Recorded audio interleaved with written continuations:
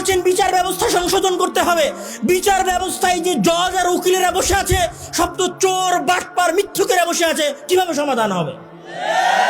তাহলে ওই জায়গায় এমন সন্তানকে পাঠাতে হবে যে তার বাপকে দেখেছে যে আমার বাপ মাঠে কাজ করেছে, আর আমার বাপ আমাকে দ্বীনের শিক্ষা দিয়েছে যে মরে গেলেও সত্য বলতে হবে, মরে গেলেও ন্যায় প্রতিষ্ঠা করতে হবে, মরে গেলেও আদল প্রতিষ্ঠা করতে হবে, মরে গেলেও ইনসাফ প্রতিষ্ঠা করতে হবে, আমার শত্রুর সাথে হলেও আমাকে ইনসাফ করতে হবে।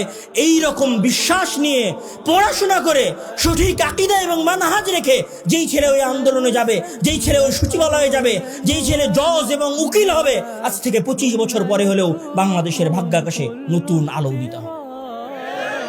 সেইটার জন্য আপনাদেরকে প্রস্তুতি নিতে হবে, সেইটার জন্য আপনার সন্তানকে প্রস্তুত করতে হবে। এই যে আজকে এই জালসায় এতগুলো মানুষ এসেছেন, এতগুলো মানুষের মাঝে জালসা হবে না? জালসার পরে নাসিম ভাই অনেক কষ্ট করে প্রোগ্রাম করেছে, অনেক টাকা পয়সা এটার পেছনে খরচ করেছে। আমরা এসেছি, আব্দুর রহিম বক্তব্য দিয়েছে, আমি বক্তব্য দিচ্ছি, আমার পরে আবদুল্লাহ ভাই বক্তব্য দিচ্ছে, আমার বক্তব্যের পরে সাথে সাথে আপনারা ঠিক বলতেছেন, আবদুল্লাহ ভাই বক্তব্য দিবে, তখন আরও জোরে জোরে ঠিক বলবেন, আপনারা ওই ঠিকের আওয়াজ শেষ